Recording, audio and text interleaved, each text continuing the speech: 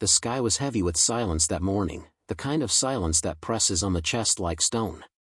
Mist curled between the thick trunks of the ancestral forest as the drums fell quiet, and only the low growl of wind remained. They dragged McKenna by the arms, her feet carving desperate trails into the earth.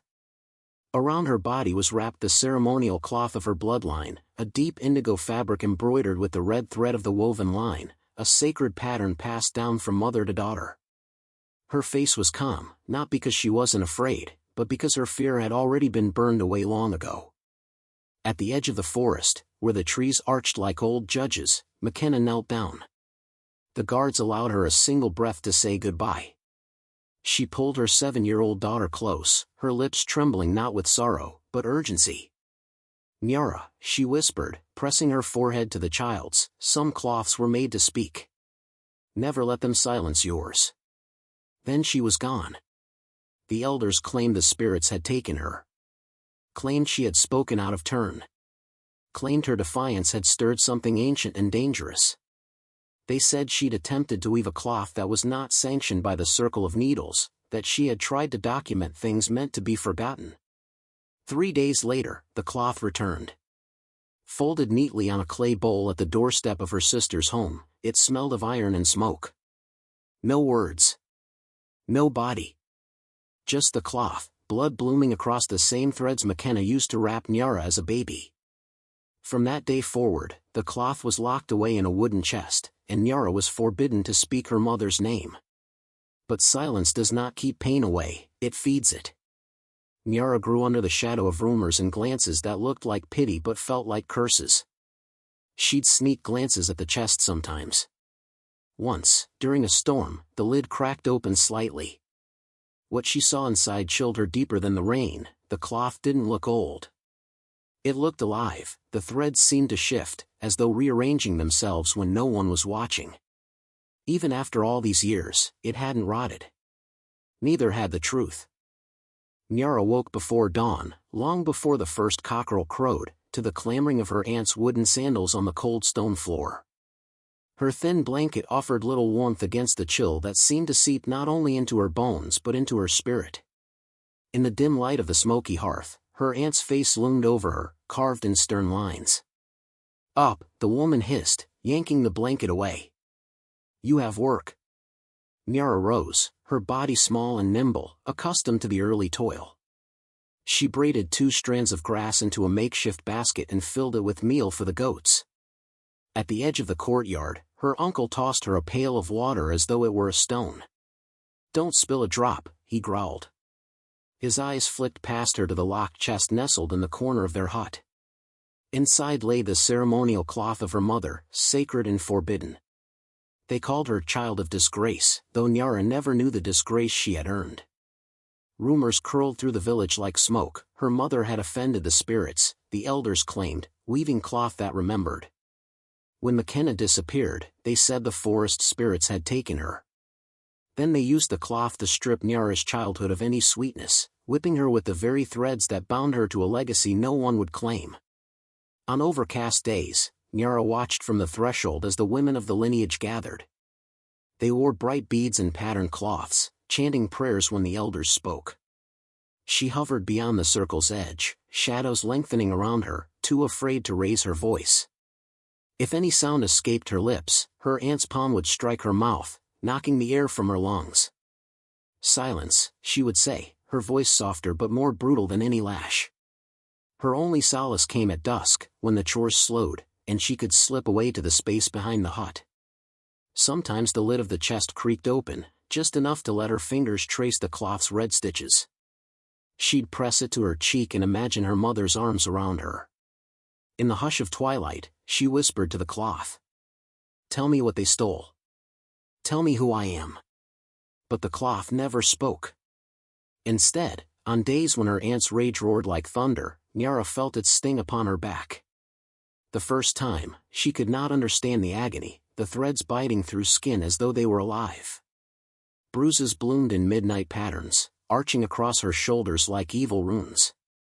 She counted the scars long after they had faded, searching for meaning in the shapes, circles, lines, a spiral that looked like a closed eye.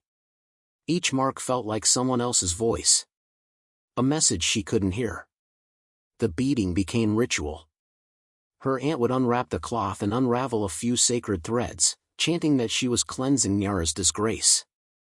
With every snap of the cloth, Nyara squeezed her eyes shut, tasting copper on her tongue, her back glowing with silent words. She bit her lip until it bled, forcing back the scream. When the blood dried, the shapes remained. No one spoke of it outside their home. But one afternoon, a healer arrived.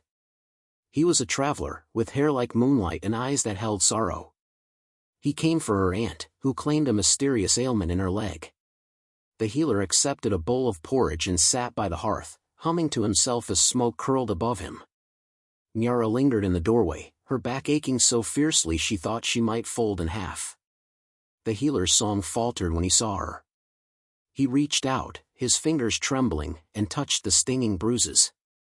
The room held its breath. "These are not wounds," he whispered. Her aunt's laughter cut through the silence like a knife. "Prophet, are you blind?" But the healer did not blink. He studied the shapes along Nyara's spine, tracing one spiral with a fingertip. His face went pale, and he staggered back against the wall. For the first time, Nyara felt seen, not for innocence or shame, but for the truth etched into her flesh. The edges of his lips quivered, and he closed his eyes as though to shut out what he saw. "Messages," he murmured.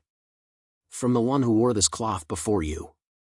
The words echoed in Nyara's mind long after the healer had departed. In the silent afternoons, she pressed her palm against her back and felt warmth pulsing beneath her skin. The marks were more than patterns, they were a prophecy, a record of her mother's last rebellion. And if she learned to decipher them, she might read the truth no elder dared speak. But prophecy carried its own weight, and Nyara was only a child. She wondered if she could bear to know what those symbols would unveil.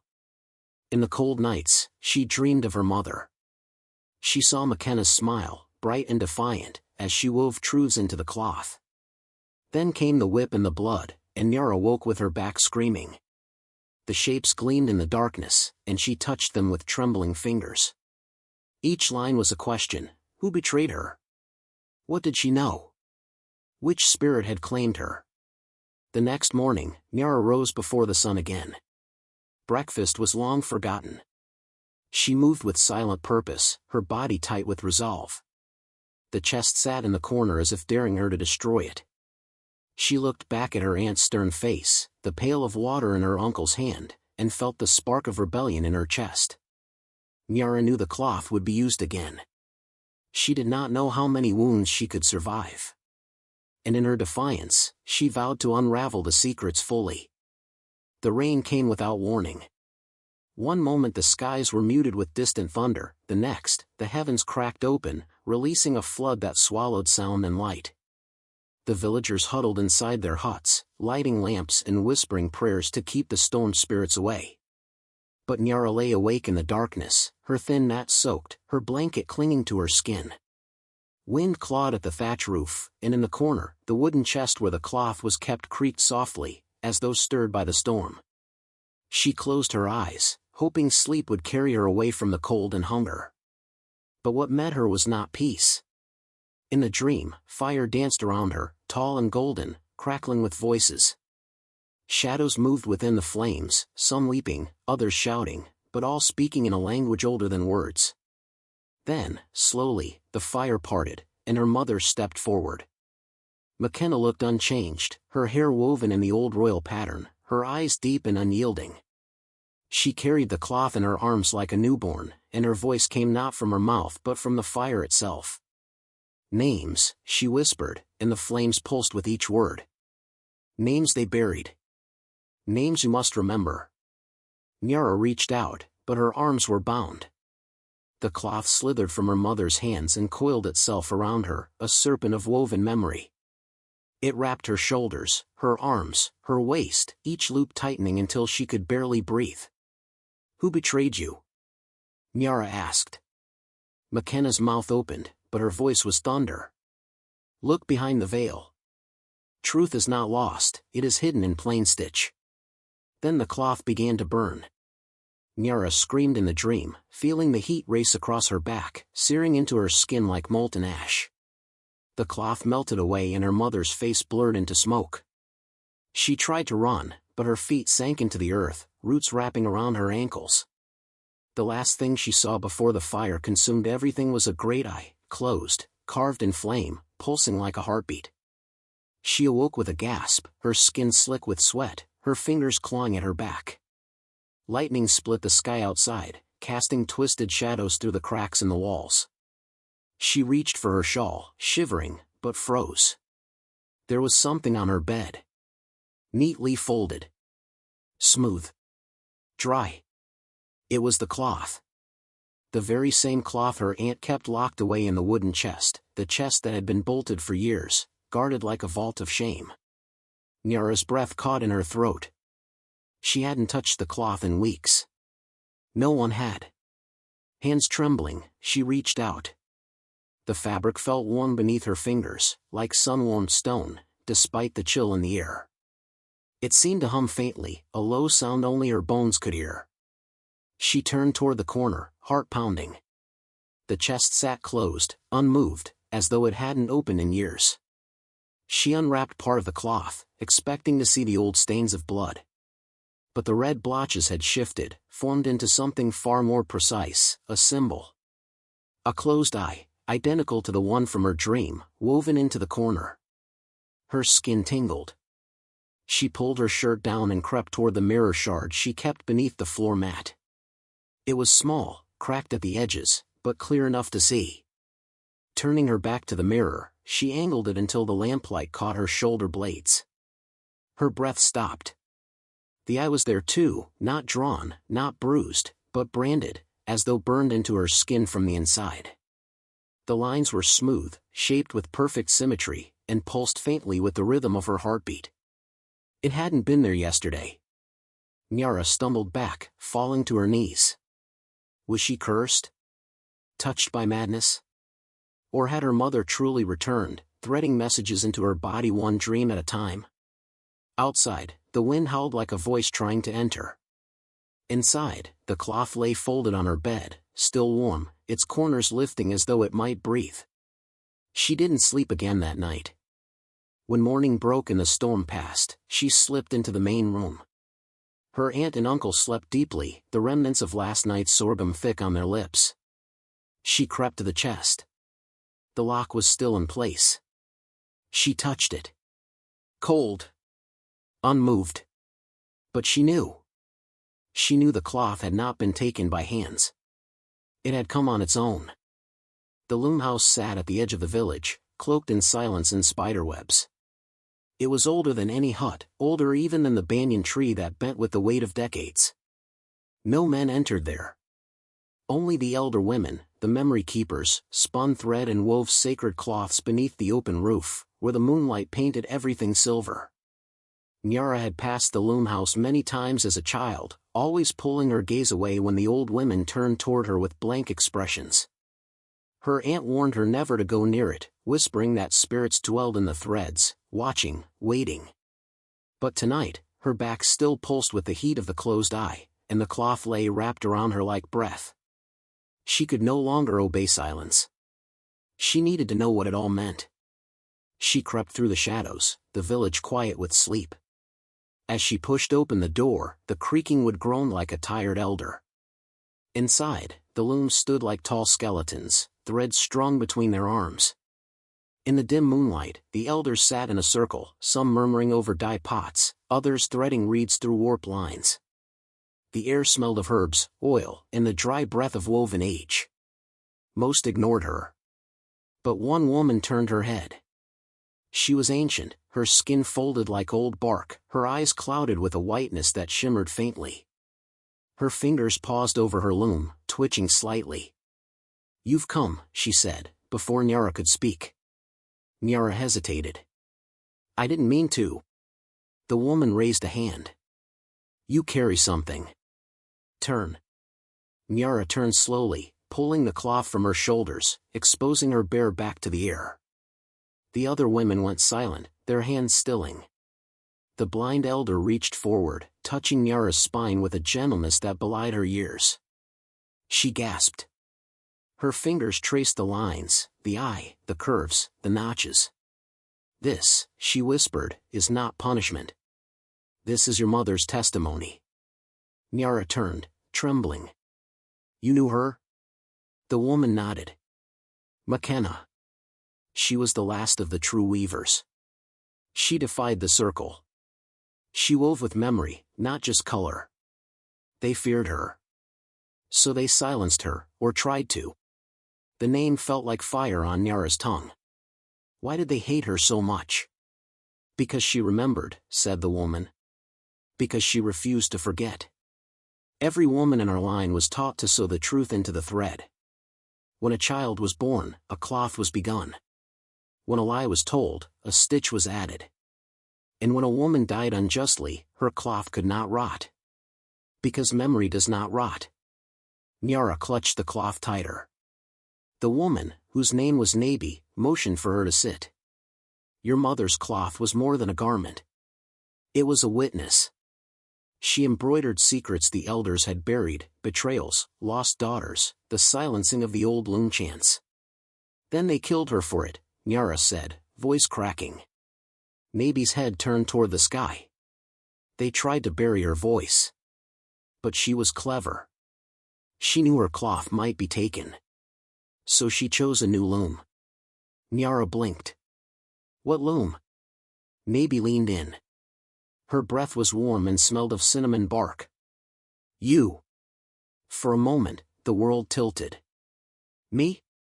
Nabi's hand pressed gently to Nyara's back again. "These marks aren't scars. They're stitches.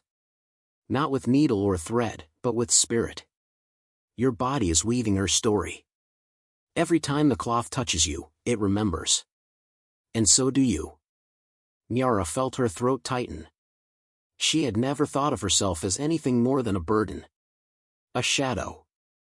Now she was being told her body was a vessel, a sacred scroll in flesh. "But I don't understand the marks," she whispered. "You will," said Nabi.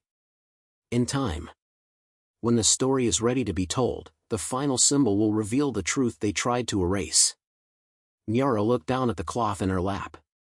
In the moonlight, the pattern shifted again, just slightly. A new shape began to form at the corner, threads pulling together like a heartbeat. "Why now?" she asked. Nabi smiled faintly. "Because the story cannot wait any longer." And somewhere in the room, an old loom creaked, as if stirred by the wind or something far older, and far more alive. The sun rose thick and unforgiving on the morning of the Festival of the Forgotten, casting a gold that felt more like fire than light. The village buzzed with fall celebration, men sweeping the courtyards, children weaving flower chains, and women humming the festival songs as if mourning could be turned into something beautiful. Every year, the same ritual took place, a gathering, a feast, a silence. A remembering of women whose names were erased, all called shamed, but never explained why. Nyara stood barefoot behind her aunt's hut, hands caked in millet paste as she stirred the heavy pot of porridge. Her hair had been tied back roughly with a frayed cord, and her dress was the same threadbare one she wore daily. Nothing festive touched her, not even the oil her cousins had rubbed into their skins. Her role today was not to celebrate. It was to serve. Quietly. Invisibly. As she carried the first calabash bowl to the long elder's table, her aunt hissed at her from behind, "Keep your head down. Do not speak unless spoken to. You will not shame us again."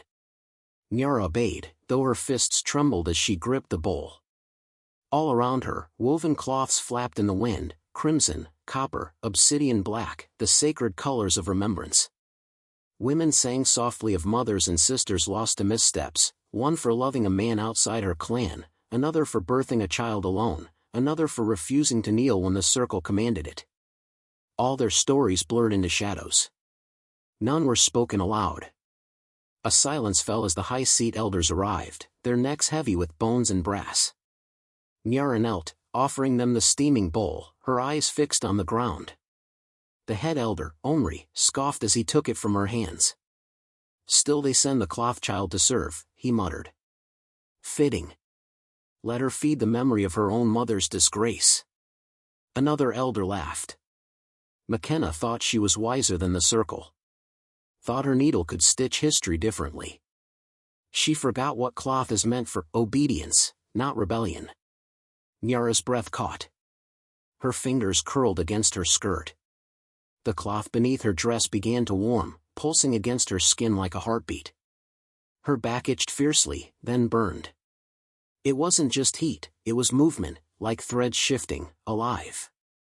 She turned away before her face could betray her, but the words clung to her like ash. Disgrace. Rebellion. Forgotten. As she moved between the tables, pouring palm wine into bowls, she heard them whisper. She's the one. McKenna's blood. They say her back is marked like a map. They should have burned that cloth long ago. Each murmur dug into her, but Nyara said nothing. Not yet. She felt the heat beneath her shoulder blades growing, her skin tightening with each step. The cloth inside her blouse seemed to wind tighter around her ribs, as if holding her together. Then came the drums. Low and slow at first, then growing louder, the rhythm pulsed through the earth, through the soles of her feet, up her spine. Her body shuddered. Her tray slipped, and a bowl crashed to the ground. Everyone turned. Her aunt stood sharply. Clumsy girl. But Nyara didn't hear her. Her mind spun. Her back burned like fire. She gasped, clutching her middle. She fell to her knees. A few villagers stood. Others stepped back. Some watched in silence, their faces unreadable. Nyara's skin crawled, her breath came in ragged gasps. Then she felt it. A warm trickle. She reached behind and pulled her fingers back. Blood. Bright. Fresh. But it wasn't from a wound, not a cut, not a lash.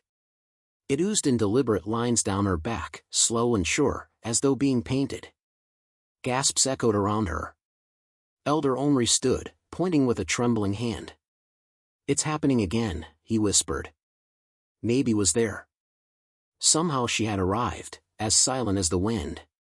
She knelt beside Nyara and pulled the fabric from her back. The crowd gasped in one voice. Etched into Nyara's flesh, in fresh red lines, was a name. Woven not with thread but with blood. McKenna. Written in the sacred weave symbols known only to elder weavers, undeniable, unmistakable.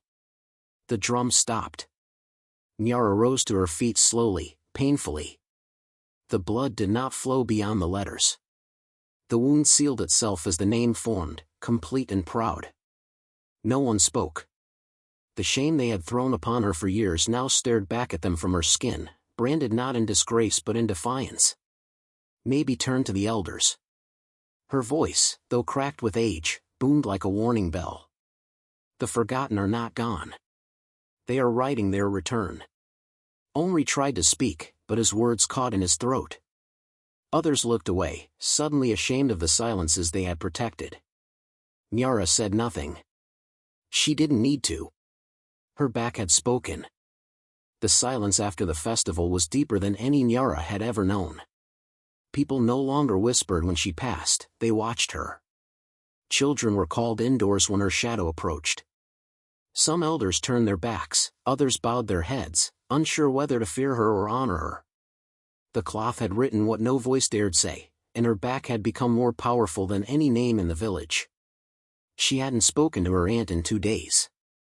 The woman avoided her entirely now, as though a spirit had entered her body and might leap into anyone who looked too long. Only Nabi dared to touch her. The old weaver sat across from Nyara in the loom house, her blind eyes focused on the air above Nyara's head. She ran her fingers once more along the newest raised mark, the name McKenna still faintly read, though sealed now, almost like it had always been a part of her skin. There is more, Nabi said finally, her fingers stilling. Beneath the name, near the spine. Do you feel it? Nyara nodded. It burns when the wind turns east. Nabi's voice dropped. That is a direction. A place. Your back is no longer only bearing testimony, it is pointing. Nyara frowned. Pointing where? Maby's fingers moved gently along her skin again. There. 3 lines, then a spiral. That is the mark of the old hill. Nyara's heart thudded. Burial hill? Maby nodded once. Where they cast the condemned. Women whose stories the circle wanted forgotten. Your mother's thread ends there. But you are the needle now. That night, long after the lamps were put out and the village drifted into uneasy dreams, Nyara rose. She took nothing with her but the cloth and the memory of fire in her spine. The night air bit at her skin, but she moved quickly, barefoot, careful not to let her footsteps echo. The path to Burial Hill was narrow and overgrown, a forgotten trail leading through twisted trees and red soil. Every few steps, her back pulsed with pain, not unbearable, but steady, like a heartbeat guiding her towards something buried, something still alive beneath the weight of the earth. When she reached the edge of the hill, the moon had risen high, casting pale light over the ground. There were no markers here. No graves. Only flat stones and dry grass. She walked in silence, letting the heat in her back pull her left, then forward, then left again. Her hands swept the earth. Stones scraped her palms, thorns tugged at her ankles. She knelt. One particular stone felt warm, wrong. She touched it. Her back flared. She dug. The soil was hard and dry, but she clawed through it with frantic fingers. Finally, she found something wrapped in what remained of a faded cloth, not the ceremonial blue, but a humble brown weave, the kind used to wrap bones. She lifted it carefully. The object inside was small, solid. A pendant, oval and tarnished. Her breath caught. It was her mother's. She had seen it once, as a baby, tugged it between her fingers while McKenna nursed her. The village women had worn polished beads, but McKenna wore only this, a pendant engraved with 2 rings, one whole, the other broken. Nyara held it to her chest and felt her eyes sting. She unwrapped it further, heart pounding. Inside, folded as tightly as a dried leaf, was a scrap of cloth. Old. Fraying. Woven in red and gold. She opened it with trembling hands. The pattern inside made her breath stop. It was not finished. The thread stopped midline, as if the weaver had been torn away from the loom. It showed shapes Nyara didn't fully recognize, some looked like symbols already on her back, others like ones still forming. But at the center of the unfinished design, one image stood clear, a figure, wrapped in cloth, holding a scroll, standing on a hill above a gathering of weeping women. The figure's back was marked with flame. Nyara stared. It was her. The scrap fell from her hands. She pressed the pendant to her heart and let her tears fall silently into the dust. Her mother hadn't just hidden a possession, she'd hidden prophecy. Her body was a loom. The marks were the thread. And the final pattern, the truth they tried to bury, wasn't finished because it was never hers to complete. It was Nyara's. She returned to the village before the first rooster cried. Quiet, steady, changed. No one saw her slip back into her sleeping mat. No one knew the hill had spoken. But in the folds of her cloth, the unfinished weave waited. And in her back, something new stirred, like a needle, threading its way toward the final stitch. The scream that woke the village was not Nyara's, it was her aunt's. She had gone to shake Nyara awake from morning chores, but recoiled the moment she pulled back the sleeping mat. There lay Nyara, drenched in sweat, her back glowing faintly red beneath the dim light. Symbols pulsed like embers beneath her skin, and as the aunt reached to touch her, the heat singed her fingertips. She's been marked, the aunt whispered, stumbling backward. Witch. Demon. Her back burns with the names of the dead. Word spread fast. By mid-morning, a crowd had gathered outside their hut. Whispers swirled like smoke, the cloth is cursed. The girl walks in fire. She dreams in tongues. Her back burns like the old heretics. The elders were called. Nyara stood in silence as they entered, their gazes sharp, their voices grim. She didn't flinch when they saw her back. She didn't explain when they muttered old prayers. She only spoke once, when the head elder declared. She must face the fire trial. If her fire is pure, the cloth will survive. If not, her body will feed the ash gods. The aunt nodded eagerly, hiding her shaking hands. The cloth she carries is not the sacred one. It speaks things it should not. It moves in the night. Nyara didn't argue. She looked the elder in the eye and said only, "When the flame rises, you will see who you tried to bury." That evening, the village gathered at the old fire grounds. It was a place of judgment and fear, used only when someone was accused of breaking sacred oaths or summoning forbidden power. A long bed of black coals stretched across the earth, already glowing hot. Nabi had not come, but someone had placed a strand of blue thread in Nyara's hand. She recognized it, one of Nabi's oldest weaving threads. The kind used to finish blessings. The head elder approached with two women holding the cloth, her mother's cloth. They tied it gently around Nyara's back, over her glowing marks. The aunt stood among the watchers, clutching a bowl of cooling herbs, muttering protections, though none for Nyara. The sky turned a bruised purple as night fell. The firekeeper struck his staff on the earth. "Begin." Nyara stepped forward.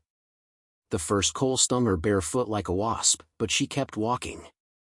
The pain didn't burn. It opened. Each step across the ember bed sent a jolt up her legs, into her spine, into the cymbals. She didn't scream. The crowd watched in stunned silence. Halfway across, her breath caught. The cloth on her back began to glow, not burn, but emit a soft, golden light. Then something impossible happened. The cymbals on her back moved. Not flickered, moved. The crowd gasped as the marks shifted, reshaping themselves before their eyes. Lines curved and stretched, names disappeared and reformed. And then, the final shape came clear. A woman's face. Woven in living flame across Nyara's back. Eyes open. Mouth closed, but full of silent warning. McKenna. Her mother. Alive not in body, but in mark and memory, in thread and fire. Nyara reached the end of the coals. She dropped to her knees. But the cloth on her back did not smolder. It shimmered. The elders stood frozen. Even the aunt could not speak. One of the younger girls in the crowd fell to her knees, weeping. "I saw her," she whispered. "The woman. She was watching me." Others followed. Whispers turned to cries. Some wept, others fled. But Nyara stood, her back still glowing faintly. She turned to face them, the cloth bright against the dark. She was not a traitor, Nyara said, voice hoarse but unbroken. She was a thread pulled too soon. But I have come to finish her weave. And in that moment, the fire did not consume. It revealed. The trial was over. But the judgment had only begun. They had taken her to the healer's hut after the fire trial, not knowing if she was burned, broken, or bewitched. But Nyara's skin held no wounds, only the glowing pattern, which had now cooled to ash gray. She lay silent, unmoving. For hours, no one touched her. Then, just before dawn, she sat up. Her eyes were open, but distant, wide, as if seeing through time. She did not look around. She did not blink. Her lips parted, and a voice began to speak. But it was not Nyara's. It was McKenna's. Not just in sound, but in rhythm, in tone, in knowing. A voice remembered by some, feared by others, now rising from the body they had tried to silence. "She told me not to weave lies," Nyara said in that strange cadence. "She told me cloth remembers what the elders forget. That the thread has a tongue. That pain has pattern." The healer stumbled back. Outside, the village had begun to stir. The crowd returned, whispering tales of the trial, of the burning face. When they heard Nyara was speaking again, they flooded to the healer's hut. She was standing now. Her feet were blackened from coal, but she stood firm.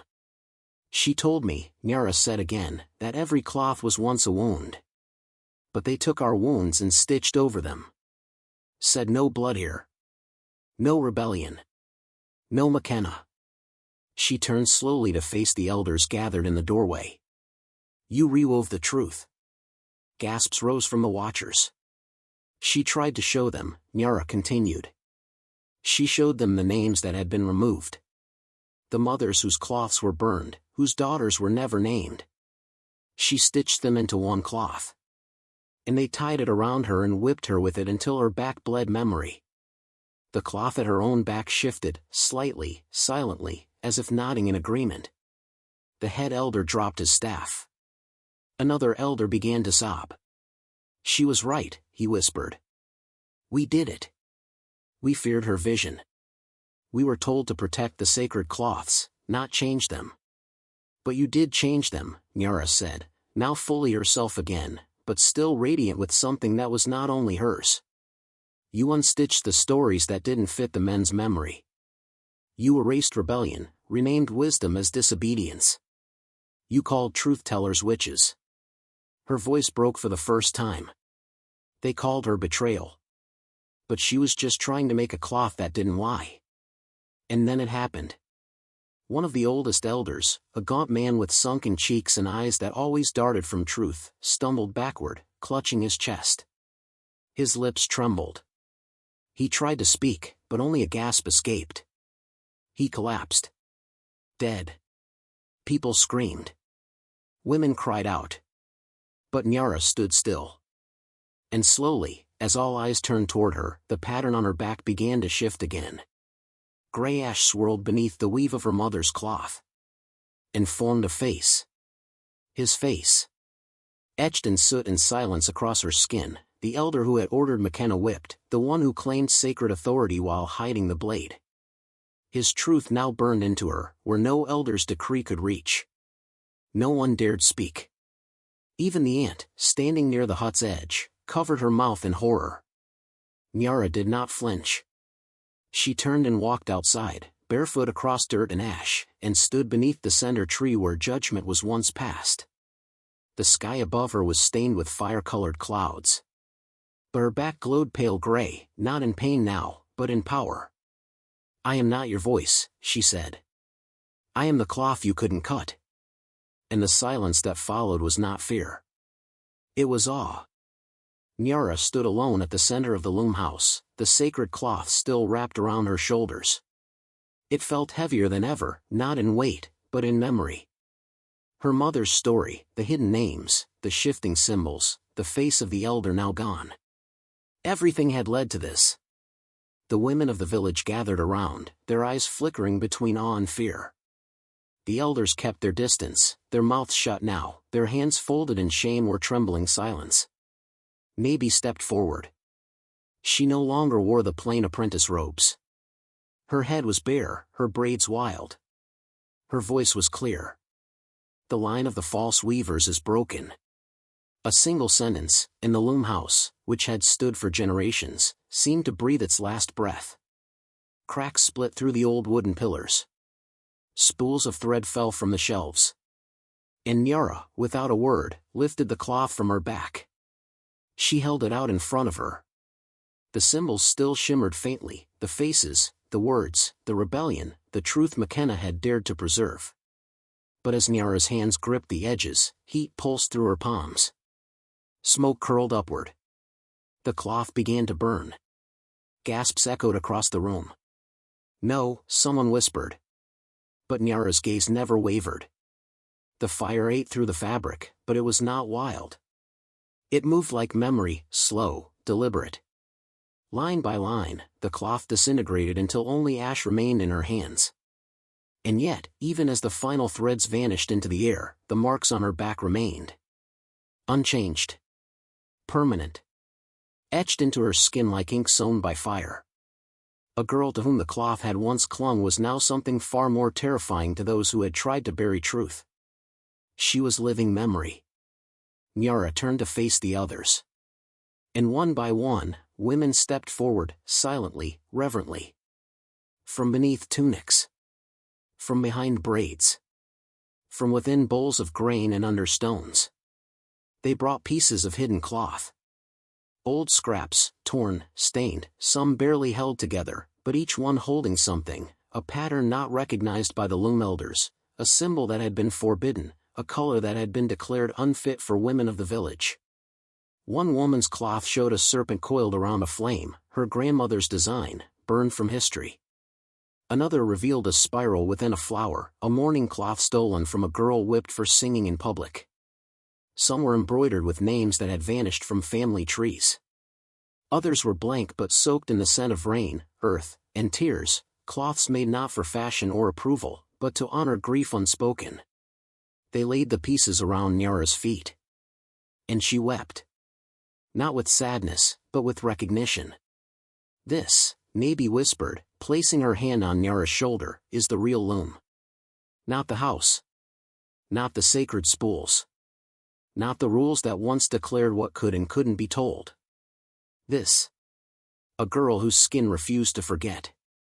A circle of women who refused to hide. A fire that burned cloth but revealed truth. And Nyara, she understood it now. She no longer needed the cloth. Her body was the final sacred scroll. Her back, once whipped like her mother's, now bore witness. To injustice. To love. To silence broken open. The loom house groaned behind her, its wooden frame slowly leaning into ruin. But no one looked back. The women stayed in the clearing. The cloth stayed at Nyara's feet. And the wind, soft and certain, scattered the last of the ash, carrying it across the village like an unspoken promise. The lies are unraveling. The story is changing. And this time, no elder, no fire, no silence would erase it. The hut is not grand. It leans slightly to one side, its thatched roof weathered by time and rain. Vines twist around its frame, curling like script too old to read. But the walls, the inside walls, glow faintly when the sun rises. Not with fire, not with paint, but with something deeper. Symbols. Etched, burned, woven into the mud itself. Faces. Threads. Spirals. Eyes wide open. They call it the shrine of the woven back. And girls, some from nearby, some from villages that once laughed at the name McKenna, come barefoot through the trees to see it. They kneel at the doorway. They bring offerings, scraps of old cloth, sharp stones, tiny bowls of red earth. Some whisper. Some sing. And some reach forward, past the silence, and place a hand on the old figure that still lies in the center of the hut. A body. A back. It does not decay. It does not speak. But it is warm, always warm, even in the coldest months, and the moment a palm touches the ridged skin, something happens. A voice. Not loud. Not singular. Many. Woven together. Whispers of mothers, daughters, aunts, lovers, friends. Some speak names. Some weep.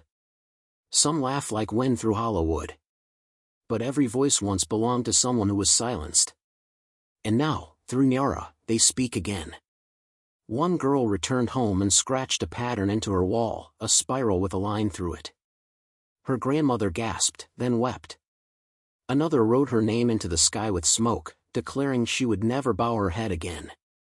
And in one distant village, where elders still tried to control the looms, someone woke to find a mark on their back, a line of thread burned into their skin. No one knew what it meant. But they remembered the saying. The one that grew like fire in the mouths of women. If she bleeds and you write it off, be careful. The cloth may write you back. And across kingdoms, in markets and homes, in songs and sweat and memory, one truth echoed softly. Pain does not forget. And the girl with the woven back was watching.